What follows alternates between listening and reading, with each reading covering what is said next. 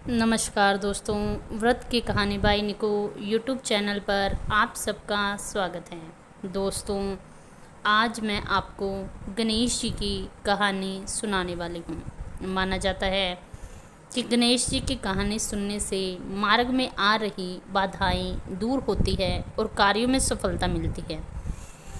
तो चलिए कहानी शुरू करते हैं। गणेश जी की कहानी। एक समय की बात है, एक गांव में एक मालिन और उसका बेटा रहते थे। मालिन के पति का देहांत हो चुका था। उसकी सास बहुत ही कटु स्वभाव की थी। उसने मालिन और उसके बेटे को घर से निकाल दिया। दोनों माँ बेटे भूख से तड़पते एक जंगल में आ गए। जंगल में गणेश जी का मंदिर था। दोनों वहीं रहने लगे। गणेश जी के मंदिर से जो प्रसाद मिलता था उसे ही खाकर वो अपना जीवन जीने लगे। एक दिन मालिन के मन में विचार आया कि क्यों न जंगल में से फूलों को तोड़कर उनका व्यापार किया जाए। गणेश जी की कृपा से उन्होंने इस व्यापार को शुरू किया तो गणेश जी की कृपा से उनके कार्य में दिन दोगुनी और रात चौगुनी उन्नति होने लगी। अब उन्होंने एक दुकान खरीद ली और साथ ही साथ अपना मकान भी बनवा लिया। अब दोनों सुख से जीवन जीने लगे। उसी गणेश जी के मंदिर में एक राजा की राजकुमारी पूजा के लिए आती थी। वह मालिन के बेटे पर मोहित हो गई। जो राजकुमारी थी उसकी भाभी ने राजकुमारी को बहुत समझाया कि यह एक मालिन का बेटा है और तुम राजा की पुत्री हो, तुम्हारा विवाह इससे नहीं हो सकता। परंतु राजकुमारी जिद पर अड़ गई।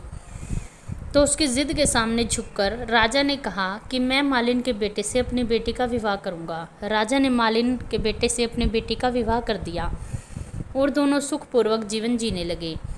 अब वहाँ मालिन ने गांव भर में ढिंढोरा पिटवा दिया कि गणेश जी की पूजा से सब कष्ट दूर हो जाते हैं।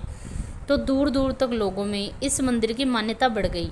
अब तो मालिन और उसके बेटे का कारोबार बहुत ही ज़्यादा फैल गया और उधर मालिन की सास के बुरे दिन शुरू हो गए। उनके घर में खाने के लाले पड़ गए। उसकी सास भूखी मारी दर दर भटकती गणेश जी के मंदिर में आ पहुंची। वहाँ वो अपने पोते की दुकान पर गई और उसने उससे काम देने की याचना की। उसने अपने पोते को नहीं पहचाना, क्योंकि जिस समय उसने अपने पोते को घर से निकाला था उस समय उसकी आयु मात्र 4 वर्ष थी। पोते ने भी उस औरत को काम पर रख लिया। कुछ समय बाद जब मालिन दुकान पर आई तो उसने अपनी सास को पहचान लिया। उसने सास से पूछा कि माँ जी, आप यहाँ क्या कर रही हैं? तो सास ने कहा कि मेरी इस सेठ जी के यहाँ नौकरी लगी है। तो मालिन ने कहा कि यह कोई सेठ नहीं, आपका पोता है। यह दुकान, ये घर और ये बहू सब आपके ही हैं। हे सासू माँ, अब आप हमारे साथ आराम से रहें। सास ने कहा कि मैंने मेरी करनी भोगी, मेरी करनी मेरे सर, तेरी करनी तेरे सर।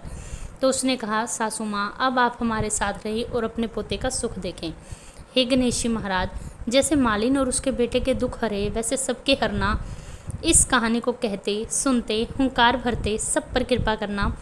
कहानी अधूरी हो तो पूरी करना, पूरी हो तो स्वीकार करना और कोई गलती हुई हो तो क्षमा करना। दोस्तों, आपको यह कहानी कैसी लगी? यदि आपको अच्छी लगी तो कमेंट में जय श्री सीताराम अवश्य लिखें। धन्यवाद।